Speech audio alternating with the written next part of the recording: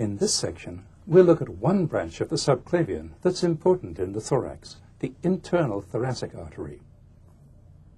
To look at it, we'll put the first rib and the manubrium back in place. The subclavian artery arches over the upper surface of the first rib, passing behind the anterior scalene muscle.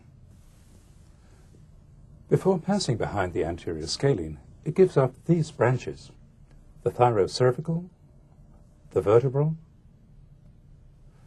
and this one, the internal thoracic. The internal thoracic artery runs downward and forward over the dome of the pleura and passes behind the first costal cartilage. To see where it goes, we'll look at a dissection of the anterior chest wall by itself, seen from behind. Here are the two internal thoracic arteries.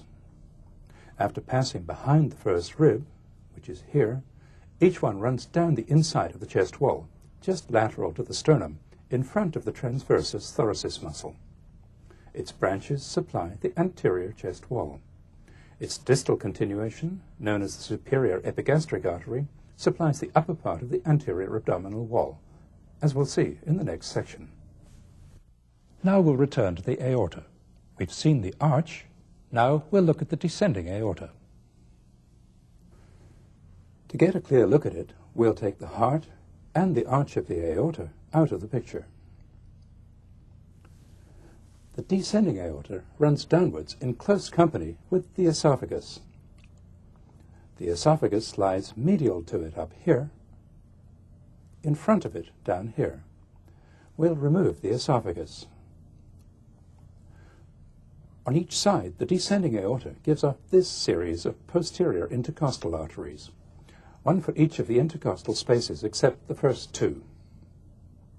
Each posterior intercostal artery passes along the deep aspect of an internal intercostal muscle, in company with an intercostal vein and nerve. It stays close to the lower border of the rib, in this groove that we saw earlier.